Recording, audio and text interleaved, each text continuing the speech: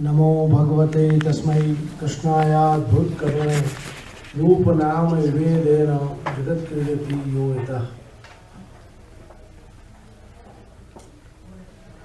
आदरणीय गोपाल भाई शास्त्री, मंदिरना ट्रस्टीगण तथा उपस्थित प्रिय वैष्णवजनों, लगभग 20 वर्ष पछी आ एकता मंदिर में मारू आगमन थयुं छे।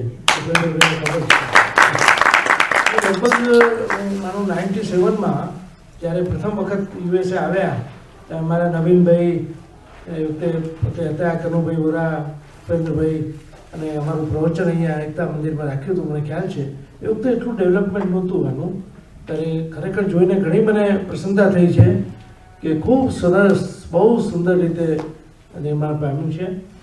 અને અમારા ગોપાલભાઈ તો એટલા આત્મી છે, વિદ્યાપીઠમાં વર્ષોથી અમારું જવાનું થતું, કૃષ્ણકર શાસ્ત્રીજી ત્યાં પોતે અભ્યાસ કરતા, અને એમના જ કઝિન સાહેબ અમારા બીરેનભાઈ શાસ્ત્રીજી તો અમારા યદુનાથ બાવા સાથે કાયમ સત્તામાં જોડાયેલા છે. પોતે સંગીતના પણ ખૂબ સારા જાણકાર છે બીરેનભાઈ. તો ઠાકોરજીની કૃપાથી ગઈ વર્ષે તો ઉપેન્દ્રભાઈને ત્યાં કાર્યક્રમ હતો, પણ આ વખતે અહીંયા મંદિરમાં થયું છે, એની અમને ખૂબ પ્રસન્નતા છે. પ્રિયજનો, ભગવત કૃપાથી ભગવત સત્સંગ મળતો હોય છે.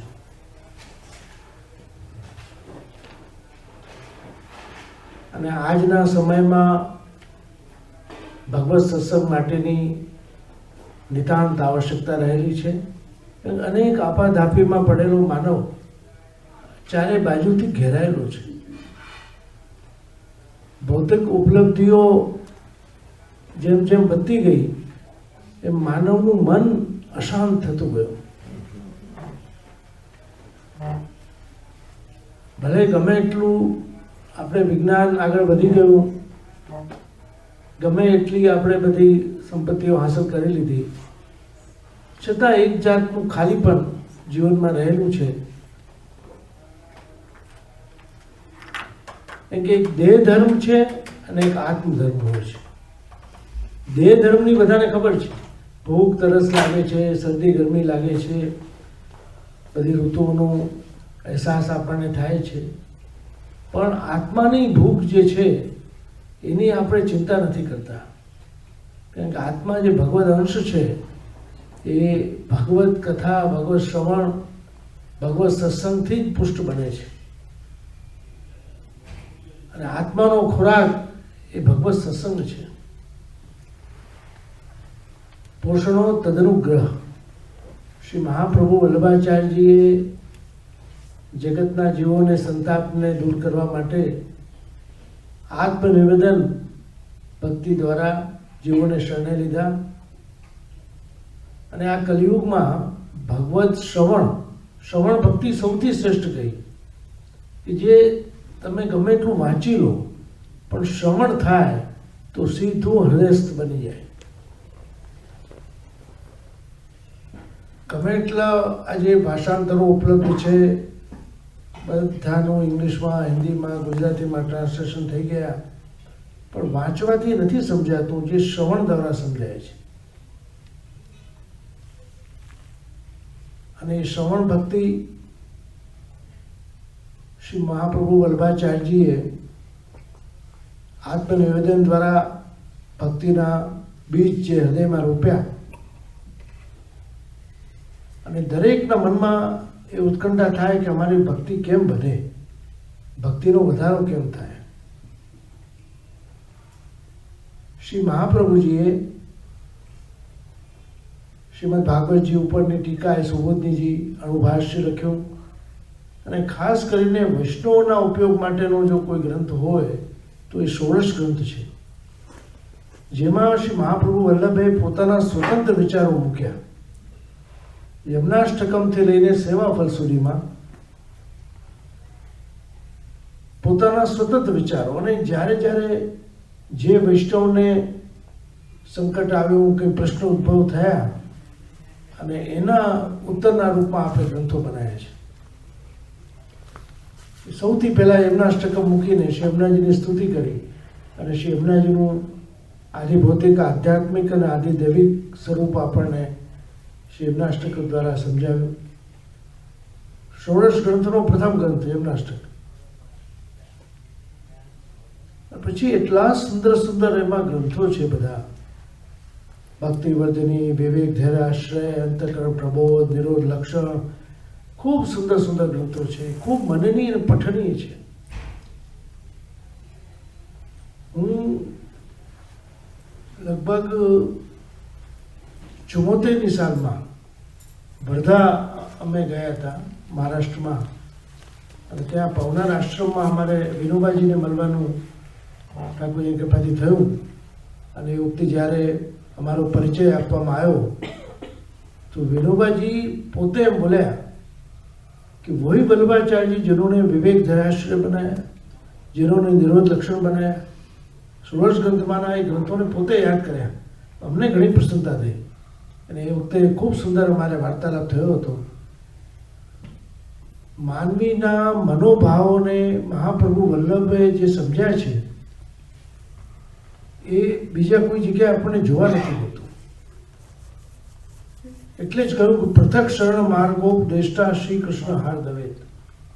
પુષ્ટિ ભક્તિ માર્ગ બીજા કરતા પૃથક છે, અલગ કેમ છે?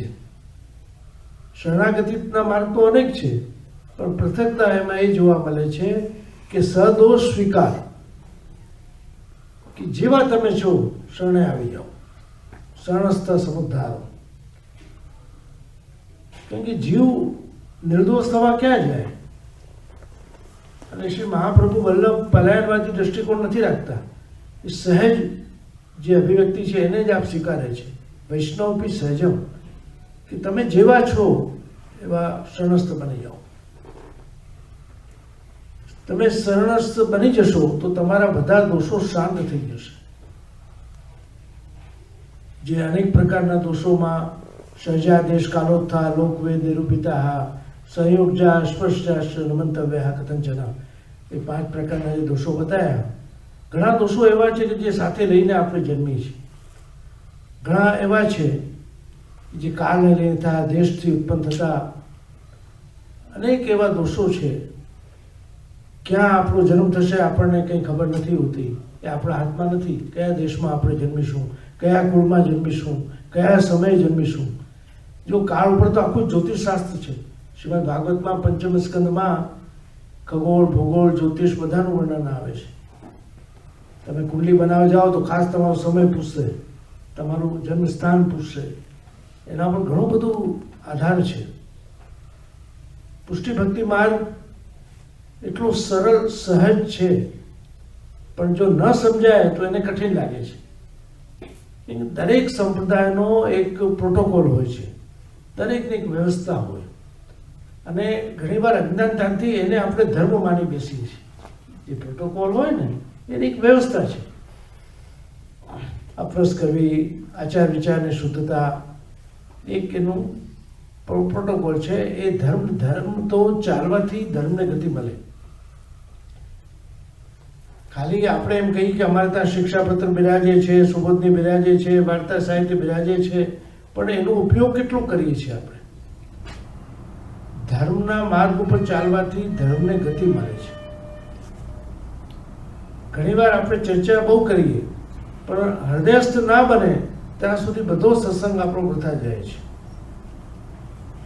જો શ્રી ગુસાઈજીના સમયમાં આપશ્રીનો એટલો બધો પ્રભાવ હતો એ જમાનામાં કે મોટા મોટા રાજા મહારાજાઓ આપની શરણમાં આવ્યા. અને મોગલ કાળ ચાલતું હતું તો એ વખતે શિકારખાનાના જે પ્રધાન હતા એમને બહુ ગ્લાનિ થઈ કે હું આ નિર્દોષ જીવોની હત્યા મારાથી થાય છે અને મને આ દોષોમાંથી કોણ મુક્ત કરે?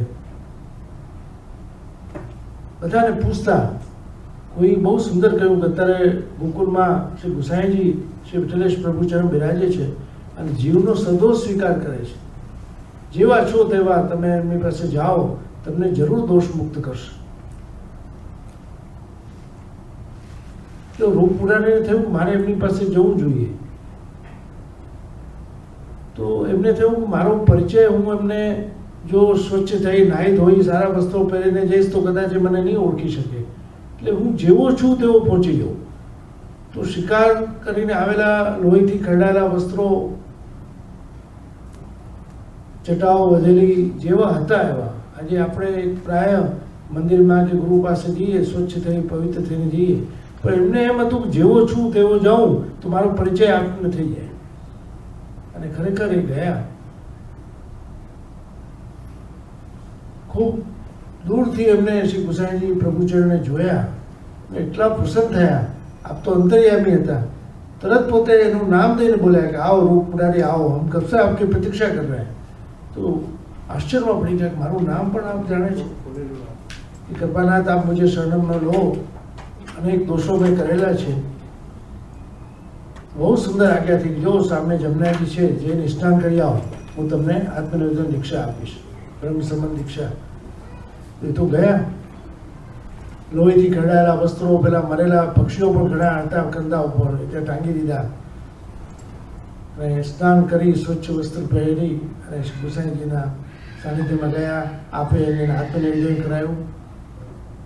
આત્મનિવેદન થતાની સાથે એમને થયું કે માનો બધા દોષો મારા દૂર થઈ ગયા. પોતાને એકદમ નિર્દોષ એવું એમને અહેસાસ થયો. જ્યાં બહાર ગયા ત્યાં જુએ છે વૃક્ષ ઉપર જે મરેલા પક્ષીઓ ટાંગેલા, લોહીથી ખરડાયેલા વૃક્ષો હતા, એ પક્ષીઓમાં જીવન આવી ગયું, ઉડી ગયા. લોહીથી ખરડાયેલા વસ્ત્રો વગર ધોયે સ્વચ્છ થઈ ગયા હતા. આત્મનિવેદનનું પ્રત્યક્ષ પ્રમાણ. અને થયું કે જેમ જીવન આવી ગયું, કપડાં સ્વચ્છ થઈ ગયા, એમ મારો આત્મા પણ આજે પવિત્ર થઈ ગયો. જેને સાષ્ટાંગ દંડવત કરી છે ગુસાઈજી કે પ્રભુ આપે જે લીલા કરી, મને શરણે લીધો, એટલા બધા દોષો વાળો જીવ અને આપે મને શરણે લીધો, બહુ કૃપા વિચારી. બધા વૈષ્ણવોને આશ્ચર્ય થયું કે આટલી બધી કૃપા એમના ઉપર, કે ખરેખર એ દેવી જીવ છે અને એનું આત્મનિવેદન જરૂરી હતું. અને એને પોતાના દોષોનો સ્વીકાર કર્યો. સૌથી મોટી વાત શ્રી ગુસાઈજી આપશ્રી આજ્ઞા કરે છે, વચનામત કરે છે કે આવા જીવોની અમે પ્રતીક્ષા કરીએ છીએ. લોકો સ્વચ્છ થઈને આવે છે, પોતાના આત્મામાં રહેલા દોષોને છુપાવવા પ્રયત્ન કરે છે, પણ એને પોતે પ્રગટ કર્યું કે જે છે આ છે, કે પ્રભુ સદોષ મારો આપ સ્વીકાર કરો. અને પુષ્ટિ ભક્તિ માર્ગ તો એ જ કહે છે, શરણસ્થ સમુદ્ધારમ. અને એક એવા આદર્શ જીવ હતા રૂપ પુરારી, કે જેની પ્રશંસા છે ગુસાઈજી કરી.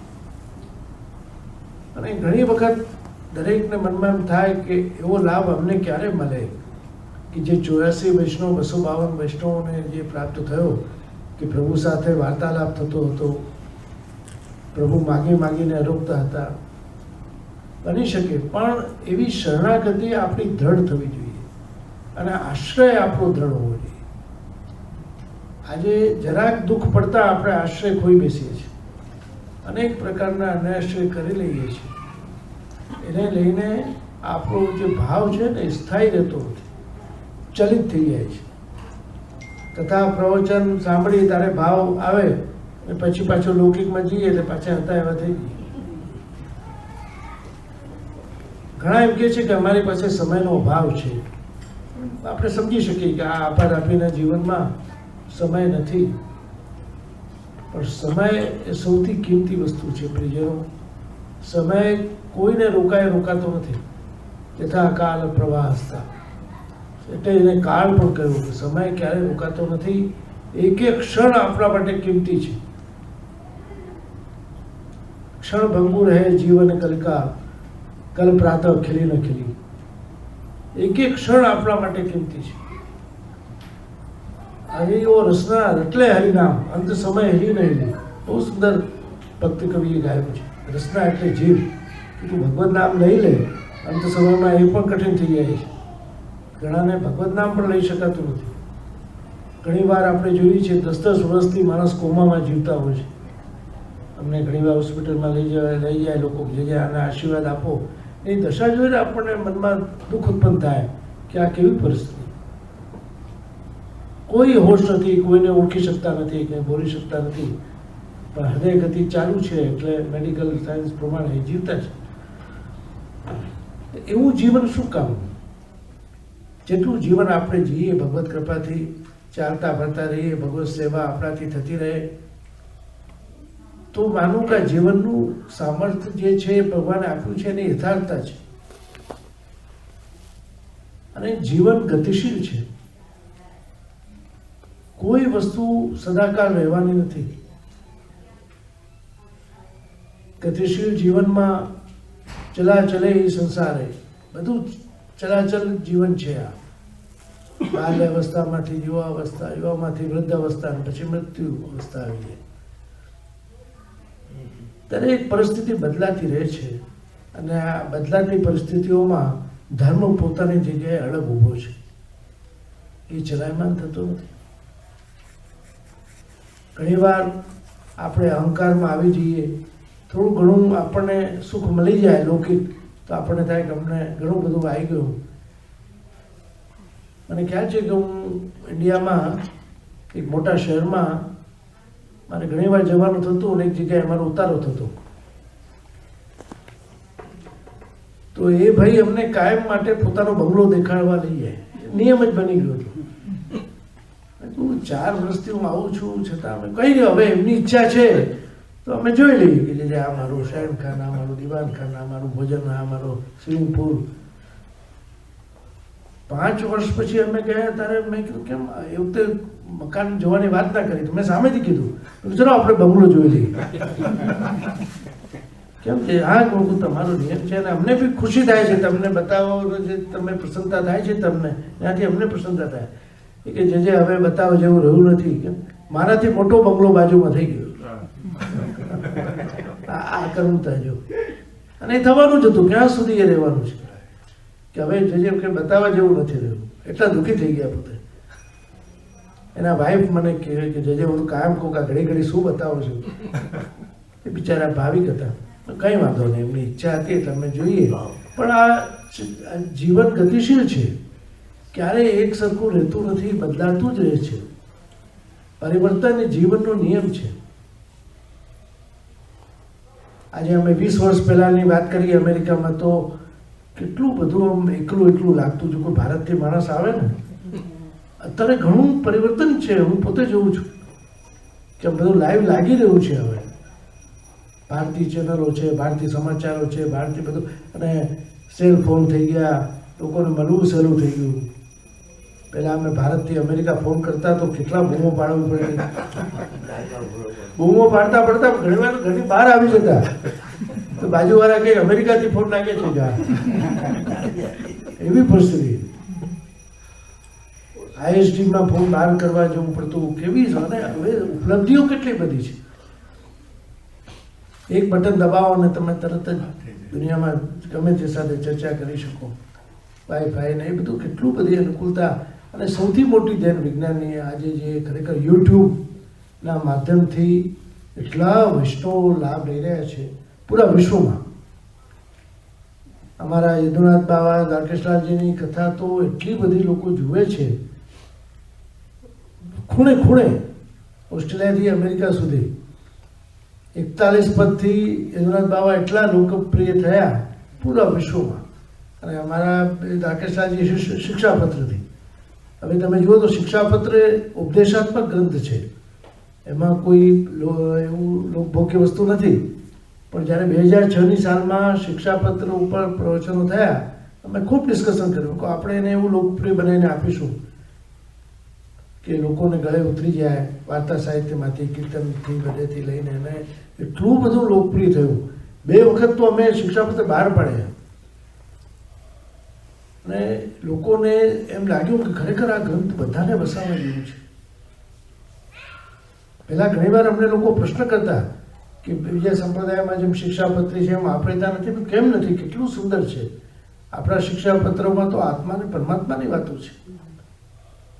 કેટલું સુંદર છે. શ્રી હરિરાય મહાપ્રભુજીએ પુષ્ટિ ભક્તિ માર્ગના જીવો પર ખૂબ કૃપા વિચારી છે.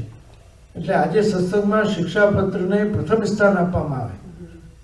ક્યારે બી સત્સંગ થાય તો સૌથી પહેલાં શિક્ષાપત્રનો એક શ્લોક, 184 વિષ્ણુની વાર્તા, 252ની વાર્તા, પણ એ પહેલાં હોય. તો આ લોકોએ એટલી સરળતાથી સંગીતના માધ્યમથી, અમારા બિરેનભાઈ, ગોપાલભાઈના ભાઈ થાય, ખૂબ સુંદર, અમારા એટલી સુંદર એ તો શાસ્ત્રીય સંગીતના માહેર છે, ખૂબ જાણકાર છે સંગીતમાં. પણ ક્યારેક ભગવત કૃપા થશે તો એમનું આગમન થશે અને જરૂર અમે એવી ઈચ્છા રાખી કે અમારા જદુરાજી, દ્વારકેશ બાવા, જયદેવજી બાવા, એમનામાં રહેલી શક્તિઓનો તમને પણ લાભ મળે. અમારા કડીના વૈષ્ણવો તો બધા એટલા રાજી થાય કે જે આજે પૂરા વિશ્વમાં કડીનું પરિચય થઈ ગયો કે અમે જે ગમે ત્યાં જઈશું ને કડી તો લખાશે, કડી અમદાવાદ એ અમારી પૂર્ણ ઓળખ છે. અમારે ત્યાં બિરાજતા શ્રી ગોપાલાલજી 200 વર્ષ જૂનું મંદિર ભગવત કૃપાથી અમે નવું નિર્માણ કર્યું, એના પણ 10 વર્ષ આ વખતે ઉજવાયા. કેમ કે જેટલા વૈષ્ણવો અમેરિકામાં વસી રહ્યા છે, વિદેશમાં વસી રહ્યા, બધાને માટે શ્રી ગોપાલાલજી માટે ખૂબ જ આદર છે, ખૂબ જ પ્રેમ કે ના શ્રી ગોપાલ પ્રભુ પ્રસન્નતાથી બિરાજવા જોઈએ અને ભગવત કૃપાથી એ સુલભ થઈ શકે. આપણે ત્યાં જે ઠાકોરજી બિરાજે છે અને જે આપણા ગુરુઘરમાં બિરાજતા હોય, આપણા બધા જ માટે આપણા ઈષ્ટ હોય. અમારા દ્વારકેશ બાવા તો ભલે ગમે ત્યાં મંદિર કરે તો ગોપાલાલજી તો નામ આપી જ દે છે. હમણાં મેરીલેન્ડ અમે ગયા હતા 2 દિવસ પહેલાં જ, ત્યાં 20 એકર જગ્યા લેવાઈ ગઈ છે મેરીલેન્ડમાં અમારા દ્વારકેશ રાજી દ્વારા, અને ત્યાં હવેલી નિર્માણ પામવા જઈ રહી છે. લાઇબ્રેરીની શરૂઆત અમે કરી. એક હવેલી બને એટલે ખાલી દર્શન સુધી સીમિત નથી હોતું. પુષ્ટિ માર્ગી વૈષ્ણવોને સંપૂર્ણ રૂપમાં લાભ મળે. જો ત્યાં લાઇબ્રેરી બી હોય, પાઠશાળા પણ હોય. મેં જેમ અહીંયા જોયું બહુ સુંદર યોગાના ક્લાસો પણ ચાલે છે, પાઠશાળા પણ છે. એ બધું હોવું જોઈએ. એ પુષ્ટિ માર્ગી સંસ્કારોનું કેન્દ્ર હોવું જોઈએ. આપણું હવેલી એટલે એક આદર્શ હવેલી એને જ કહેવાય. અમારે ત્યાં વૃદ્ધામાં પણ પાઠશાળા ચાલે છે, બીજા બધા ઇતર પ્રવૃત્તિઓ પણ ચાલે છે, મહિલા મંડળ પણ ચાલે છે. દરેક પ્રવૃત્તિ અને ખાસ કરીને આપણે યુવા બાળકોને એમાં રસ પડે એવું આપણે કાર્યક્રમ જરૂર રાખવો જોઈએ. અમારા દ્વારકેશજી તો રમતગમતના પણ સાધનો રાખે, ત્યાં ક્રિકેટનું પ્લે કરે, ફૂટબોલના છે, એટલે રમતા રમતા બાળક શીખી જાય. તો ઘણીવાર આવી આવશ્યકતાઓ છે. હવે એ બધી સંકુચિતતાઓનો ત્યાગ કરી અને આપણે એવો વ્યાપક દૃષ્ટિકોણ રાખવાનો છે કે પુષ્ટિ માર્ગના સિદ્ધાંતો જનસાધારણ સુધી પહોંચે, એમાં રહેલી વ્યાપકતાને આપણે ઉજાગર કરી શકીએ. આપણા વડીલો, આપણા દાદા દાદીઓ, નાની દાદા જે સેવાઓ કરતા અને ઘણીવાર બાળકો પ્રશ્ન કરતા તો ભાવ ખૂબ હતો પણ એ સમજાવી ન શક્યા. તમને તકલીફ ત્યાં થઈ કે આ તો કરવું જોઈએ એટલે કરીએ છીએ. એટલે આજના બાળકને નું સમાધાન ન થયું. પણ સાયન્ટિફિક રીતે જો આપણે સમજાવીએ તો ખરેખર ઘણું સમજવા જેવું છે. અમારે ત્યાં અમદાવાદના એક બહુ મોટા doctor Sudhir Shah, neuro physician, આજે ગુજરાત ખાતે એમનું નામ છે, હમણાં પદ્મશ્રી પણ મળ્યો. તો અમારી સૃષ્ટિ પૂર્તિ હતી 2012માં, તો એ મારી સાથે બહુ પ્રેમ રાખે છે, તો એમને મેં આમંત્રિત કર્યા હતા અને ઇન્દિરાજીજી દ્વારા અખિલા મધુરમ ગ્રંથોનું વિમોચન હતું. તો એ વખતે જે એમણે સ્પીચ આપી બહુ સુંદર પોતે બોલ્યા કે હું ભલે આનો ડૉક્ટર છું ન્યુરોનો, ચેતાતંતુઓ, પણ મેં જોયું છે કે મારા શ્રી પાસે, ગુરુજનો પાસે જે દર્દીઓ આશીર્વાદ લે છે ને એને દવા તરત લાગુ થાય છે, કેમ કે એની હિલિંગ્સ અને ફિલિંગ્સ વધી જાય. અમે તો કેમિકલ આપીએ પણ આપના ગુરુદેવ ઉપર એટલો એમને શ્રદ્ધા હોય છે ને કે ના જે કીધું મને મટી જશે. એટલે અમે તો ઈચ્છીએ છીએ કે અમારા દર્દીઓને આપણા આશીર્વાદ મળે. એટલું સુંદર પોતે બોલ્યા. એટલે એક ભાવના છે કે અમે કહીએ ડૉક્ટર રીતે કહીએ અને આપ કહો ને તો એના હૃદયમાં સીધી અસર થાય છે. અને ઘણી વાર એવું બને છે કે માનવ જીવનમાં એવી ક્ષણો આવે કે ત્યાં ધર્મ જ કામ લાગે છે. મોટા મોટા ડૉક્ટરો પણ આપણે ત્યાં વૈષ્ણવ છે એ સેવા કરે છે. અમારા એક કાર્ડિયોક સર્જન છે હાર્ટના, એ પણ ઘરમાં સેવા કરીને પછી જાય છે. અને જે વ્યક્તિ જે ભગવાનને માનતા હોય એમને પહેલાં પ્રણામ કે કરી લો એમ કે પોતે. અને મને ઘણીવાર પોતાના અનુભવ કહે જે મારા હાથ છે પણ ઠાકોરજી મારી સાથે છે એવું મને લાગે છે તો આ ઓપરેશન સક્સેસ થઈ શકે છે. ઘણીવાર તો એટલું બધું જટિલ હોય છે કે કંઈ દેખાય નહીં. તો એ લોકો પણ એટલી શ્રદ્ધા રાખે છે.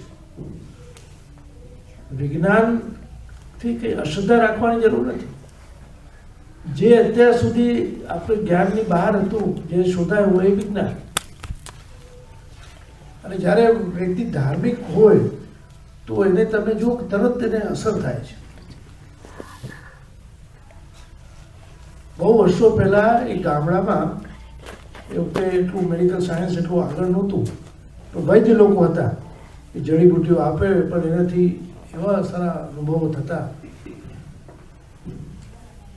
તો એ ગામના શેઠ બહુ બીમાર હતા, સન્નિપાત જેવો રોગ થઈ ગયો. તો વૈદ્ય બાપા હતા, ગામમાં હતા, એમને બધા પકડીને લાયા કે, અને એમને યશ હતો કે એ દવા કરે એટલે મટી જાય. એમને કહ્યું કે ભાઈ આ શેઠજી બીમાર છે, એમને દવા આપી. કહ્યું કે જો કાલ સુધી તો જરૂર એમને કંઈ અસર થશે, સારું થશે, અને ના થાય તો પછી મને બોલાવો. વૈદ બાપા તો ગયા, એ જડીબુટ્ટી એમને પીવડાવી, પણ હજી એની અસર કંઈ દેખાતી નથી.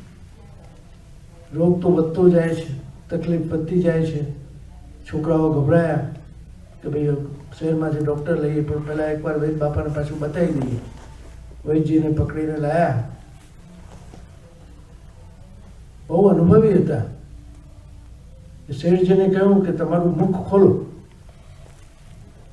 મુખ ખોલીને જોયું તો દવા ત્યાંની ત્યાં જ હતી. હવે અંદર ઉતરી નથી તો અસર ક્યાંથી કરે? કે મારી આપેલી ઔષધિ સારામાં સારી છે, પણ આમને અંદર જ નથી ઉતરી તો ક્યાંથી અસર થાય? પ્રિયજનો, આપણું પણ કંઈ એવું છે.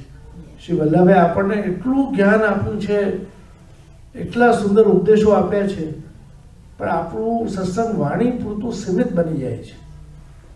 એ હૃદયસ્થ થતું નથી, એટલે એની અસર દેખાતી નથી.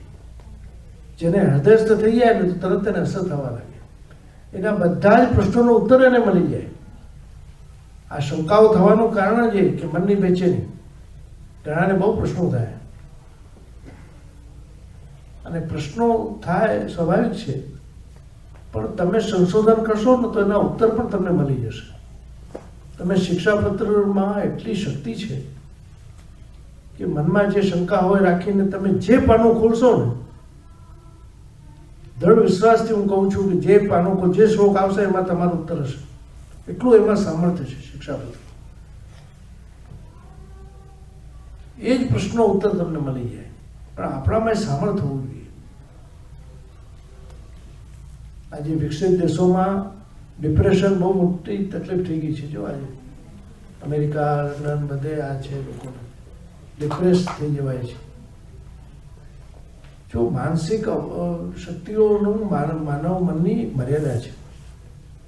આપણે માનીએ કે ભાઈ ભારતમાં થાય, ગરીબી હોય, તકલીફ હોય, પણ અત્યંત આધુનિકતામાં રહેનારા ધનિક લોકોને પણ આ ડિપ્રેશન આવે છે. મોટા મોટા સેલિબ્રિટી પણ ડિપ્રેશનમાં થઈ જાય છે. ઘણી વધારે સગવડમાં રહેવાવાળા પણ મન ખાલી પણ છે.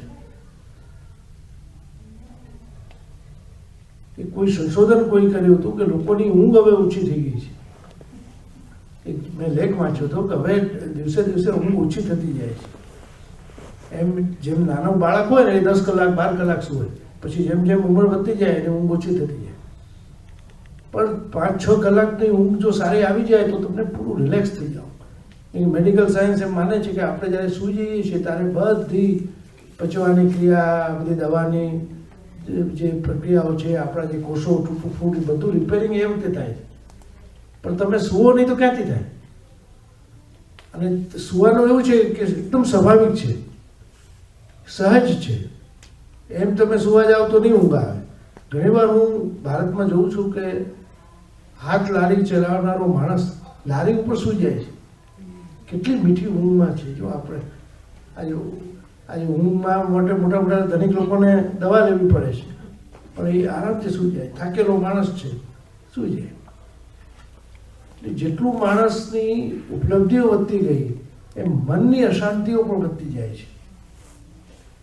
આ ડિપ્રેશનનું મૂળ કારણ જ એ છે કે ભગવત નામ જો આપણે લેતા રહીએ તો ડિપ્રેસ થવાય નહીં. હંમેશા એમ માનવું તથૈવ તસ્ય લીલેતી મત્વા ચિંતા મૃતંતરે. આ બધું ભગવત લીલા છે, અને લીલા માની લઈશું ને તો આપણે ચિંતા નહીં થાય. શ્રી મહાપ્રભુજીનો જે એક સિદ્ધાંત છે બહુ સુંદર આપે આજ્ઞા કરી છે કે પુષ્ટિ માર્ગે સીધો યસ્માત સાક્ષીનો ભવતા અખિલા. તમે સાક્ષી ભાવ ઉત્પન્ન કરો ધીમે ધીમે, તો અભ્યાસ દ્વારા થશે.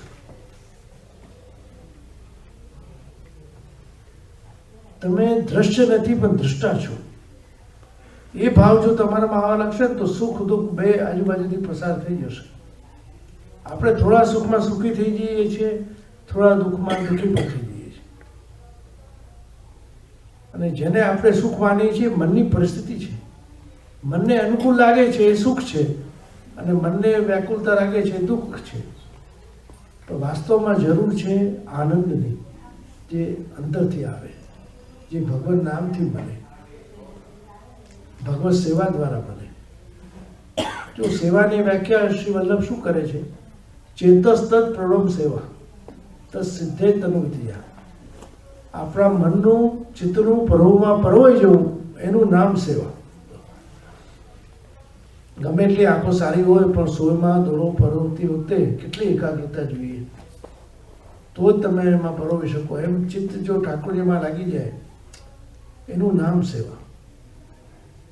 આજે દેહથી ક્રિયા કરીએ છીએ તો સિદ્ધે તનુ વિધિજા, પણ એ સિદ્ધિ તનુજા વિધિજા દ્વારા જ થાય. એ શરીરથી થતી સેવા એ તનુજા, અને પોતાના દ્રવ્યનો વિનિયોગ ભગવત કાર્યમાં એ વિધિજા સેવા. દ્રવ્ય છે તો એનો વિનિયોગ ભગવત સેવામાં કરીએ. કોઈ માનવતાના સારા કાર્યો કરીએ, સારા સત્ય સંકલ્પો કરીએ, હવેલીઓનું નિર્માણ થાય, ઔષધાલયો બને, દવાખાના બને, આ બધું સત્કર્મ છે. પોતાના માટે તો બધા કરે, પણ બીજા માટે કરીએ ને એ જ સેવા છે. આ સેવાનું વ્યાપક રૂપ જો એ જ છે કે જ્યારે બીજાના માટે કંઈ કામ થાય છે તો માનું કે અમારાથી સેવા થઈ. શ્રી ગુસાઈજી પ્રભુચરણના વખતમાં એક બહુ સુંદર ઘટના ઘટી હતી. એક આપના સેવક હતા, નિષ્કંચન હતા બિચારા, પણ રોજ 7 કોષની પરિક્રમા કરે, એનો નિયમ. જટીપુરામાં ત્યાં રોજ 7 કોષની પરિક્રમા કરી અને દંડવત કરવા આવે. એ રોજનો ક્રમ હતો. પણ ક્યારેય ગુસાઈજી પ્રસન્ન નહોતા થતા. પણ એક દિવસ એના મનમાં શું વિચાર આવ્યો, યાત્રા કરવા નીકળ્યા, જોયું કે રસ્તામાં બહુ પથ્થર છે, કંકટ છે, કાંકરાઓ છે, કાંટાઓ છે. અહીંથી વૈષ્ણવો જતા હશે, એમને કેટલી તકલીફ પડતી હશે, કેટલો શ્રમ પડતો હશે. લાવ આજે હું આ સાફ કરી દઉં. જો ભગવત કૃપાથી આવો સુંદર વિચાર આવ્યો અને રસ્તો સાફ કરતા ગયા. રસ્તો સાફ કરતા કરતા એને પરિક્રમા પૂરી કરી. એ દિવસે ગુસાઈજી પાસે ગયા તો ગુસાઈજી એટલા પ્રસન્ન થયા, બધાને નવાઈ લાગી કે આવો વૈષ્ણવ આવો, ને બોલાવીને એને ઉપરનો ઉડાડ્યો, આશીર્વાદ આપ્યા કે કૃપાનાથ આજે આટલી પ્રસન્નતા કે આજે તે સાચી સેવા કરી. કે રોજ તું પરિક્રમા કરે છે ને તારા માટે કરે છે, પણ આજે તે રસ્તો સાફ કર્યો, જો વૈષ્ણવનો માર્ગ સાફ કર્યો, એ સાચી સેવા છે. આપણા માટે કરીએ એ સેવા ના કહેવાય, પણ જે બીજા માટે કરીએ એ સેવા છે. પોતાના માટે તો બધા જ કરે, પણ ભગવત સેવા પણ એ છે કે પ્રભુ માટે જે આપણે પરિશ્રમ લઈએ એ તનુજા છે. પહેલાના વખતમાં એટલા હવેલીઓ, એટલા મંદિરો નહોતા, પણ ગ્રહ સેવા પણ વૈષ્ણવ કરતા હતા, ખૂબ ભાવથી કરતા હતા. જે કંઈ ભોગ ધરતા, જે કંઈ એમની પાસે હતું એ ઠાકોરજીને ધરી લેતા. એનાથી શું થતું કે એની અશુદ્ધિઓ જતી રહે. તમે ખાલી મિશ્રી ભોગ પર ધરતા હો અને તમારી ઘરમાં બનાવેલી રસોઈમાં એ પધરાવી દો તો બધી વસ્તુ પ્રસાદી થઈ જાય. ઠાકોરજીની દ્રષ્ટિ એના ઉપર પડે તો એનામાં રહેલા દોષો એ બધા જ જતા રહે છે, દોષો નિર્મૂળ થઈ જાય. અને ભગવત કૃપાથી આપણે ત્યાં સેવા પધારે. જો બ્રહ્મ સંબંધ લીધું, પહેલાં તો પૂછતા કે હવે તારું જીવ વૈષ્ણવ પૂછે કે જજે હવે મારા માટે શું આજ્ઞા છે, તો તને જે સ્વરૂપમાં આસક્તિ છે પધરાવીને લઈ આવો. કોઈ બાલકૃષ્ણ લાવે, કોઈ ગોર્ધનનાથજી લાવે, અને એ સ્વરૂપને પુષ્ટ કરાવીને કહેવાતું હવે તમે સેવા કરો. કેમ કે સેવા એ શીખવાડવાની વસ્તુ છે નહીં, એક સ્નેહની અભિવ્યક્તિ છે. વૈષ્ણવને સ્નેહ થયો માતા એક બાળકને કેવી રીતે સાચવે છે? નવી માતા નવી બની હોય તોય બાળકને સાચવે. તો કૃષ્ણ સેવા જે કરે છે અને નિર્દોષ ભાવથી કરે, નિષ્કામ ભાવથી કરે તો જરૂર પ્રભુનો સ્વીકાર કરે છે. પુષ્ટિ માર્ગમાં નિષ્કામ ભાવ છે કે કોઈ પણ પ્રકારની અપેક્ષા વગર. પ્રાકૃતા સકલા દેવા ગણિતાનંદ કંબ્રહ પૂર્ણાનંદો હરિ તસ્માત કૃષ્ણ એવ ગતિ. જો બીજા બધા દેવો છે ને પ્રાકૃત હોય, તમે જેટલું તમે સેવા કરો એટલું ફળ તમને આપે. પણ પુષ્ટિ પુરુષોત્તમ અપ્રાકૃત છે. એ તો તમારી થોડી ઘણી અજાણતામાં થયેલી સેવાને પણ સ્વીકારે છે. રાઈ જીતની સેવા કો ફલ માનત મેરુ સમાન. એક સૂક્ષ્મ રૂપમાં થયેલી સેવાને બ્રજ રૂપમાં સ્વીકારે છે. આપ તો ઘણીવાર અજાણતાથી આપણે સેવા થઈ જાય છે. તો જાણી જોઈને જો સમજી વિચારીને કરીએ તો એનો અનેક લાભ મળે. પણ માનવ મનની જે શિથિલતા છે એને લઈને આપણે દુર્બલ થઈ જઈએ છીએ. ઘણીવાર એક અજાણ્યો માણસ, સાધારણ માણસ, નાનું બાળક પણ એવી વાત કરી દે કે આપણે વિચારમાં પડી જઈએ. મુંબઈમાં બહુ મોટું ચોપાટીનું ગ્રાઉન્ડ છે જ્યાં બધી સભાઓ થતી હોય, ધર્મ સભાઓ, અલગ અલગ મહાત્માઓ આવતા હોય, પ્રવચનો થતા હોય. એમાં એક બહુ મોટા મહાત્મા, બહુ મોટા દાર્શનિક અને એમના પ્રવચનો ચાલતા હતા. એમાં એક મહાન સાહિત્યકાર સાંભળવા ગયા. એમણે પોતાના આત્મકથામાં એનો ઉલ્લેખ કર્યો છે કે હું એ પ્રવચન સાંભળવા ગયો અને એ સભા જે હતું મેદાન એના ખુલ્લામાં, અને ભારતમાં તમે જોયું હશે ઘણીવાર એક નાની સરખી મોચીની દુકાન પણ હોય. કોઈ બૂટ ચંપલ સાંધે, પાલિશ કરી દે. કે આ ભીડભાડમાં બધા આવે ને, ઘણાના બૂટ ચંપલ તૂટી જાય તો એને ત્યાં રિપેરિંગ કરી દે. તો એક નાની સરખી મોચીની દુકાન હતી, તંબુ બાંધીને બેઠો હતો. તો ત્યાં એ ગયા તો એમને જોયું કે અંદર એની કદાચ સ્ત્રી બેઠી હશે અને પોતાની ચંપલ રિપેર માટે આપી, પણ એ બહેન ખૂબ અપશબ્દો બોલતી હતી. અને આ ભાઈ એમ કહે છે કે તમે એની વાતનું ખોટું નહીં લગાડતા, એ અજ્ઞાન છે, હું તો હવે સાક્ષી ભાવમાં આવી ગયો છું. આ મોચી કહે છે. તો પેલા લેખકને થયું કે આટલી મોટી વાત, આ બધું કથા પ્રવચનો સાંભળી અને મોચી એટલો જ્ઞાની થઈ ગયો કે કહે છે કે મારી પત્ની અજાણ છે, ગામડેથી આવી છે, એને બિચારીને ખબર નથી એટલે અપશબ્દ બોલે છે, પણ મને એની અસર થતી નથી. બોલો, હા, કેટલી સુંદર વાત એને કરી. તો એ બહુ પ્રભાવિત થયા કે એક મોચી જેવો સાધારણ માણસ પણ જો આટલું જ્ઞાન લઈ શકતો હોય તો આપણે કેટલું લેવું જોઈએ.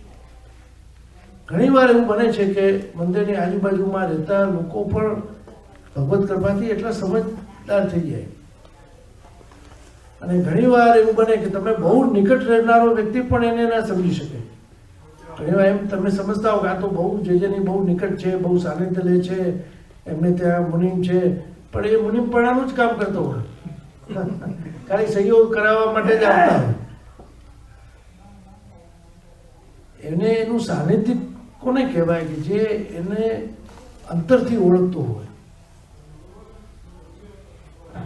અમારા તાજી મહારાજ, અમારા પિતામહ શ્રી પુરુષોત્તમલાલજી મહારાજ શ્રી આપશ્રીની પાસે રહેનારા પણ એવા બધા જ્ઞાની થઈ ગયા હતા. કારણ કે આપ બહુ મિતભાષી હતા, બહુ ઓછું આપ બોલતા, તો એમના સેવકો પણ એવા થઈ ગયા. તાદૃશી આપણે કહીએ, આપણે ત્યાં એક શબ્દ છે તાદૃશી, એટલે તેમના જેવા કે જેનામાં એમના ગુરુના લક્ષણો આવી જાય. એ દ્રષ્ટિથી એ જોવા લાગે, એમના જેવા થઈ જાય. તો એ લક્ષણ આવી જાય છે. તમે જેટલી નિકટતા તમે એનો અહેસાસ કરો ને તો તમે એમના જેવા થતા જાઓ. એટલે આપણે એને ત્યાં તાદર્શી વૈષ્ણવ કહ્યા કે જેમાં ઠાકોરજીના ગુરુદેવના લક્ષણો દેખાવા લાગે. પણ એ ભગવત કૃપાથી એ બધું બનતું હોય છે. એ જીવનમાં અહેસાસ એનો કરવો પડે, ફિલિંગ કરવી પડે, ત્યારે એ આપણે એને મહેસૂસ કરી શકીએ. અને ઘણીવાર આજે મારો મુકામ ઘણીવાર ડૉક્ટરોને ત્યાં હોય છે ને, તો હું ચર્ચા કરું છું, ખાસ કરીને સાયકેટ્રિક હોય ને, કે ભાઈ તમે કેવી રીતે ટ્રીટ કરો છો, અહીંયા કેવા પ્રકારના દર્દીઓ હોય છે. કોઈ ચાઇલ્ડ સ્પેશિયલિસ્ટ હોય, ચાઇલ્ડ મનોવિજ્ઞાન પણ જુદું છે. અહીંયા લોકો જો ઘણા બાળકો ઇન્સર્ટ બની જાય, ગન લઈને આવી જાય છે, પહોંચી જાય સ્કૂલોમાં, કે પ્રેમનો અભાવ. એને જે પ્રેમ મળવું જોઈએ ને બાળપણમાં એ નથી મળતું. અહીંયાનું જે સિસ્ટમ છે કે બાળક મોટું થાય એટલે અલગ રહે, અને એને લઈને પ્રેમના અભાવમાં હિંસક બની જાય છે. દરેક માનવની અંદર બે વૃત્તિઓ છે, દાનવ અને રાક્ષસ, બે વસ્તુ છે. દેવતા બી છે અને દાનવ બી છે. પણ જો એને પ્રેમ મળશે તો એ દુનિયાને પ્રેમ આપશે, પણ જેને હિંસા નફરત મળશે ને તો એ બધું એ જ આપશે. નાનપણથી જે સંસ્કારો રોપાયા એ ઠેઠ સુધી કામ આવે છે. 5 વર્ષની ઉંમર સુધી બાળકોને ખૂબ ધ્યાનથી તમે જોજો. અને આપણે કહીએ હજી એવું બહુ નાનું છે, હજી તો ઉંમર પડી છે, પણ નથી. સંસ્કાર ત્યાંથી જ છે, શરૂઆત ત્યાંથી જ થવાની છે. નાનું હોય ત્યારથી જો તમે એના પર ધ્યાન રાખશો ને તો મોટા થતા સુધી એ કામ લાગશે. પહેલા ભારતમાં સંયુક્ત બધા વસુદેવ કુટુંબની ભાવના હતી. દાદા દાદી નાના નાની બધા સાથે રહેતા, અને એ જે બાળકો સાથે વાર્તાલાપ કરતા એનાથી ઘણા સંસ્કારો પડતા. આપણા દાદી આપણા નાની જે વાર્તાલાપ કરે ને એનાથી ઘણા સંસ્કારો રોપાતા. એ કુટુંબ સંયુક્ત થવા લાગ્યા, દૂર લોકો જવા લાગ્યા, એકબીજાથી દૂર થયા, એટલે એનો અભાવ નિતાંત દેખાય છે આપણને.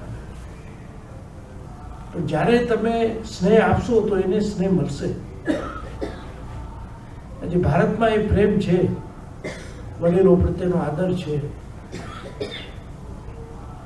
હમણાં જતીપુરામાં ગિરાજીમાં આપણે અમારા યદુનાથ બાબાએ યમુના સદનનો શુભારંભ કર્યો. વૈષ્ણવ માટેનો અતિથિ ગૃહ છે. તો એના ઉદ્ઘાટનમાં યુપીના ડેપ્યુટી સીએમ દિનેશ શર્માજી આવ્યા હતા. એમને ખૂબ સુંદર વાત કરી. એમને જ્યારે બાબાએ કહ્યું કે અમારા પિતૃચરણ બિરાજે છે, બહુ પોતે રાજી થયા કે વડીલોનું સન્માન એ ભારતીય સંસ્કૃતિ છે. આજે અમેરિકામાં children's day, parents day, father's day, mother's day આપણે કરીએ, પણ કાયમ માટે જે પોતાના વડીલોનું સન્માન કરે છે, એમને એમના જે આશીર્વાદ લે છે, એને સતત એના ઉપર એના પ્રેમ વર્ષા એની ઉતરતી જ રહે છે. અને તમે જો મા બાપનું સન્માન કરશો તો તમારા બાળકો પણ તમારું સન્માન કરશે. હવે આજે વૃદ્ધાશ્રમો બન્યા છે એ આપણી કરુણતા છે. જેમ પ્રોગ્રેસ થતો ગયો એમ મા બાપથી દૂર જતા ગયા, એ લોકોને વૃદ્ધાશ્રમમાં મૂક્યા, એ આપણી કરુણતા છે.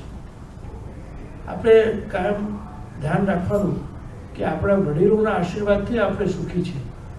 આજે જેમ અમારી 16મી 17મી પેઢી વલ્લભાચાર્યજીની 18 પેઢી થઈ ગઈ મારા પુત્રો સુધી, એમ 84-252 વૈષ્ણવની બી 14-15 પેઢી થઈ ગઈ છે.